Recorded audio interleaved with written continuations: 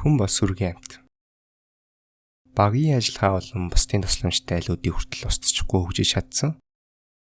Ийм ч учраас бараг бүхэл кино зохиолууд ялангуяа шоуны анимууд дээр өөрөөсөө бусдыг хайрлаж дэмжих эмпати, найз гэдэг үгний утга учирыг харуулсаар ирсэн.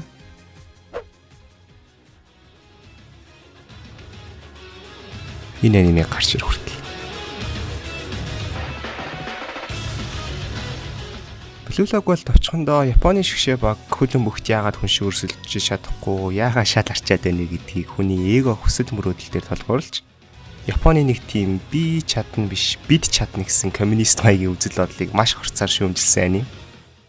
Тэгэхээр өнөөдрийн бичлэгээр бол би энэ аниме үйл явдлыг бараг ярихгүй. Зүгээр яг энэ аниме философи гол санаанөөрөө бусад анимуудаас маш ондоо бөгөөд өрмөц учраас энэ үзэл санааг би бусад уламжлалт болон шоуны анимуудтай харьцуулаад яг зөв үү буруу юу гэдгийг эргцүүлж үзье гэж бодлоо. За хамгийн түрүүнд аним дээр японочдын шгшээ багт ямар ч эгоист буюу тийм хүчтэй эготой тоглож байхгүй учраас хизээш дэлхийн авраг авч чадахгүй гэж хэлдэг. Үүнийг тайлбарлахын тулд бид эхлээд яг эго гэж юу вэ гэдгийг ярилцах хэрэгтэй баг. Яг хөө бид нар жоох их цантай хамраас өссөн хүмүүсийг том эготой нарциссист гэдэргээл ярьдэн штэ. Гэтэ энэ анимын гол санааг ойлгохын тулд бид нар эго гэдэг үгийг бүр тэрнээс илүү гүнзгий судалж авах хэрэгтэй. За тэгэхээр хүний ухамсарыг ерөнхийдөө ид, эго, супер эго гэсэн гурван давхрагт хуваадаг. Ид идэх нь ерөнхийдөө хүний байгалийн хүсэл ачаалал, ухамсаргүйгээр цаанаасаа бий болдог хүсэл гэсэн үг. Жишээ нь хүн өлсөх, цангах, хоорны дах зэрэг хүслүүд бол бидний ид гэж хэлж болно. Өөрөөр хэлбэл ид идэх нь бидний зүүн мөрөн дээр суугаад гар хүүр тавар инч тооцоолгүйгээр ингээл та, тэгэл та гэдэг иждэг тийм чөтгөр гэсэн үг. Харин тэр хүслийг нь зогсоодог. Болиулдаг нь болохоор баруун мөрөн дээр сууж идэг супер эго гэж хэлж болно. Өөрөөр хэлбэл ид чинь ингээл те. Мэн цангаад байна штэ. Тэр карантинаас сууч хэл та гингүү супер эгоч. Болохгүй мэн чинь 0 бактери өвчөө авч штэ. Дараа нь хоёулаа цаав штэ чи мэдж байгаа штэ гэдэг. Ер нь иймэрхүү. Харин эго нь болохоор энэ ид супер эго хоёроо баланслж идэг. Яг голынх нь буюу чи өөрөө гэж хэлж болно. Эдийн хаач хүслийг харгалзаж үзээд супер эгогийнхаа анхааруулгыг ч бас тооцож агаад эго ерөнхийдөө шийдвэр гаргадаг гэсэн үг. Маш товчхон базаа тайлбарлах юм бол эдэн би ингэмээр байна, тэгмээр байна. Супер эго нь болохоор би ингэх ёстой, тэгэх ёстой гэл те. Харин эго нь болохоор би ингэн тэгнэ гэсэн утгатай гэдээ ойлгочиход ерөнхийдөө болно. Гэтэ ялцчгүй маш товчл тайлбарлалаа. Илүү ухаад үзвэл мэдээч энэ өөрөө маш гүнзгий сэдв. За тэгвэл одоо Блулогийн эгоист гэдэг байгаа нь яг юу гэсэн утгатай вэ гэдгийг түрүүний гуравтайгаа холбож тайлбарлая. Жишээлбэл бааруу энгийн үнээс хамаагүй их бэлтгэл хийдэг. Өдөр болгон ийм шаргуу бэлтгэл хийнэ гэдэг бол мэдээч өөрт нь тийм таатай биш тийм үү? Баарагийн эдэн бол хэлж байгаа шүү дээ. Ингиж өөрийгөө зовоож яах юм бэ? Зүгээр бусад тоглогч нар шиг л бэлтгэл хийлээ. Эсвэл өнөөдөр үнччихээ л та. Тэнгүүт баараа тэр идээ үл тоогоод бэлтгэлээ хийгээл ань гэдэг нь супер эгон тэрнээс илүү хүчтэй байна гэсэн үг. Харин сүүлд нь баараа Исаги рүү бөмбөг дажуулаад хожихоор байтал яагаад өөрөө амиатай зүтгэсэн бэ гэдэг нь эгон супер эгоноос хүчтэй юм болов уу гэж бодсон. Мэдээж зүгээр бөмбөгөө дамжуулсан бол хожоод ядчил хождгүй маа гэхэд тэр тоглолтын дараа өөрт ирнэ ирэх хамаг үзий ядал хариуцлага муу бүхнийг өөрөөсөө холдуулах учраас яалтчгүй супер эго нь бол тэр үед хэлчихсэн байгаа штэ. Чи дамжуулах хэвээр чи ямайд ч аваад алчвал өөрийгөөж болно, бусдыгааж болно. Тэгэхээр дамжуулсан хамаагүй зөв сонголт, хамаагүй аюулгүй шийдвэр дамжуул гэл. Тэгэнгүүт яг тэр мөчөд эго нь тэрнээс илүү чанга дуугаар орж ирээд хүссэн энэ хэдний баларх нь хин тамаатай. Өнөөдрийн гол дүр нь би л явах хэвээр. Би л хаан. Ямар хариуцлага, ямар ачаа, ямар их үзий ядалт ирэх нь надад падлич байхгүй. Ирсэн боломжийг заавал ашиглана гэсэн. Эдээс нь ч хүчтэй, супер эгоноос нь ч хүчтэй, маш том нүсэр эго баарод байгаа гэсэн үг. Баараа бол энэ аниме яг хилээд байгаа эгоист гэдэг дүр бол утгаараа мөн гэж би харсан. Тэгвэл үнэхээр энэ аниме дээр гарч байгаа шиг эгоист байх нь тийм чухал юм. Үнэхээр чиний өөрийгөө бусдын оронд тавьж үзэх тэр инэрэнгүү сэтгэл, тэр эмпати тэр хүн чанараас ч илүү чухал юм уу гэдэг талаар одоо харин хэрэгцүүлье.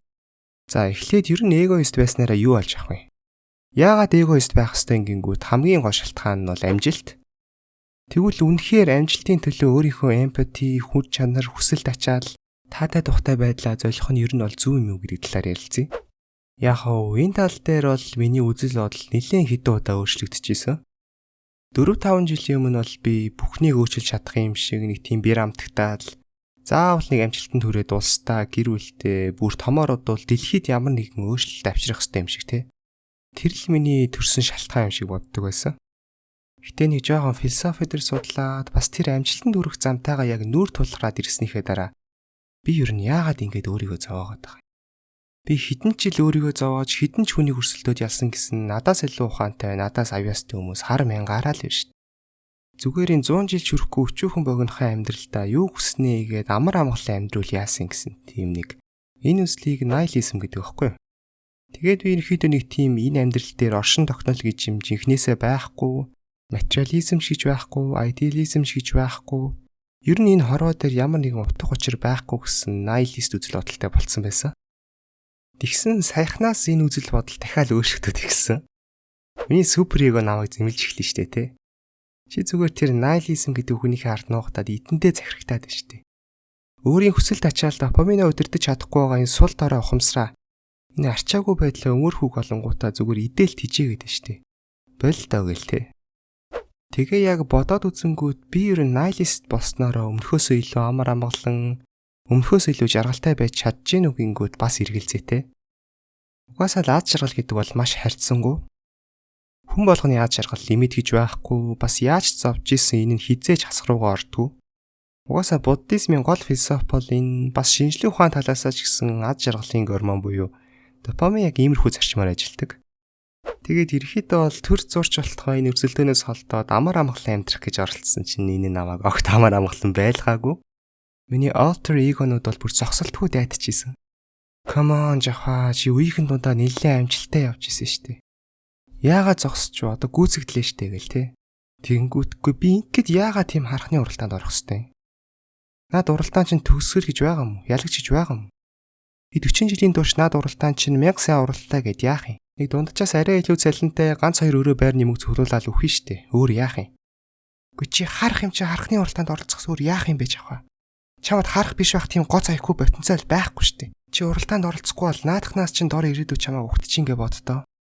Би уралдахыг хүсэхгүй штэ. Чи эдэндээ захирагтаад авахаар яаж уралдахыг хүсэх юм бэ? Видео тоглоомоо боллоо, гар ангалгаа боллоо. Янт ч уцсныхаа датаг асаагаад өдөр шөнөгүй нотификейшн хүлээдэг өрөвдлөө байдлаа боллоо. Чиний допамин бүр хяналтаас гарлаа штэ. Тэгвэл би уралдаан сайн оролцохын тулд хэдэн мянга өрсөлдөгчөө гიშгэж харахаас өөр аргагүй болно штэ. Нөгөө I am no enemies чи яач вэ? Угаасаа амьдрал тийм зарчмаар л явдсан штэ. Хүчтэй нь хүчүүгийнхээ л идэв шүү. Амьдрал гэдэг чи утга учиргүй. Fuck. Энэ бол навшин батлуудаас яаж ангижрах юм бэ? Хүн тэгээд ер нь өсөхгүй байгаа зүйлээ хүчээр хийхээс өөр аргагүй мүү? Ер нь амжилт гэдэг зүйл хүний амьдралын гол зорилго байх нь зөв юм уу гэсэн толгой доторх мэтгэлцээнүүд намайг сүүлийн үед бүр шармахтай минь хатааж байгаа. Депресс гэдэг зүйл өсвөр наснаас хойш таг болцсон байж байгаад одоо гинт камбэк хийх гэлээ. За тэгээд эцсийн дүгнэлт гэх юм бол хүн ер нь эгоист байх ёстой юу гэвэл хэрв чи амжилтанд хүрмээр байгаа бол зайлшгүй эгоист байх ёстой гэдэгтээ бол би 100% санал нийлж байна. Харин амжилтанд хүрэх нь өөр амьдралын гол зорилго мөн үү? Хүний амар амгалан байдал, найс нөхөд, эмпати эдрээс чинь илүү чухал зүйл байж чадах уу гэдэг бол харин өөр асуудал. Миний одоогийн үзэл бодлоор бол би өөрөө тийм гоц биш учраас бас гэр бүлийнхнийхээ итгэл, нэр хүнд бас өдөө хүртэл хичээлсэн өмнөх үеийн миний хичээл зүтгэл эдрэгээд маш олон ачаа өөрч байгаа учраас тэр бүгдийг хөсөр хаяад өрсөлдөөнөөс гарахыг хүсэхгүй байна. Тийм болохоор харахны уралдаанд оролцохоос өөр аргагүй. Тэгээ тэр уралдаанд хүчтэй өрсөлдөгч байхын тулд яалтчгүй хүчтэй эго хэрэгтэй. Тэг би аль болох өөртөө дайсан үсхийг хүсэхгүй байгаа учраас бас өөрийгөө үзий ядмааргүй өөрийгөө тийм айс бол гэж мэдэрмээргүй байгаа болохоор эмпати хүн чанар гэдэг зүйлээ ч гэсэн тэнцэрчүүлж байсан дээр гэж бодож байна. За тэгээд Blue-Lock-уугаасаа уламжлалт шоуны анимуудыг эвдсэн. Япончуудын дийлэгтэн байдаг тийм NPC үзэл бодлыг нь маш зоригтойгоор шөмжилж чадсан нэлийн сонирхолтой аним. Тэгээд түрүүн хэлсэнчлэн би бол хувьдаа энэ анимын зарим зүйлстэй санал нийлсэн, заримтай нийлээгүй. Гэтэ үйл явдлын хувьд бол ярилтгүй үнэхээр сайн аним. Хөлбөмбөг үздэгч бай, үздэггүйч бай хүн болгонд санал болгох биз.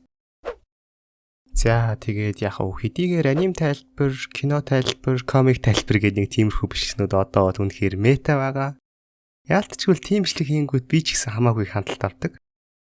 Гэтэ хандлтнаас гадна бас хаяа нэг иймэрхүү өөртөө тохиолдсон асуудлууд, туршлагууд би ингэхэд ер нь яг ямар хүн бэ гэдэг талаасаа таниулсан бичлэгнүүд хийх нь Чикагогийнхаа community-г бэхжүүлэхэд нэмэртэй гэж бодож байгаа болохоор хаяа нэг иймэрхүү жил философи бичлэгнүүдээс орох бах. Сүүлийн баг 2 жил шахуу бичлэг хийхгүй байж байхдаа намайг сурсан, дурсан, комментүүд болон постууд хэд удаа харсан. Тэгээ ботсон зүйл нь хин нэгэнд дурсамж үлдээнэ гэдэг, хүндлэгдэж үлдэнэ гэдэг нь өөрөө ямар гоё юм бэ? Надтай вайп нийлэх хүмүүс ямар ч бичлэг хийсэн байсан намайг л үзэх гэж орж иж байгаа. Тийм фэнүүд байна гэдэг нь өөрөө ямар үн цэнтэй зүйл юм бэ гэдгийг ойлгож авсан. Тэгээд бичлэг хийж эхэлсэн шалтгаан ч гэсэн ерөөхдөө намайг ойлгодог, намайг хүндэлдэг хүмүүс дээрээ л босож ажиллахыг хүссэн гэж хэлж болно. Тиймээс хэрэг та намайг өмнө үздэг байсан, дуртай байсан, эсвэл шинээр үзэж эхэлж байгаа байсан ч гэсэн хамаагүй. Манай сувгтээр subscribe дараад Facebook группт маань нэгдээд манай community-гийн нэг хэсэг болоорой гэж хүсье. За тэгээд дараагийн бичлэгээр уулзцгаая. Баяртай guys.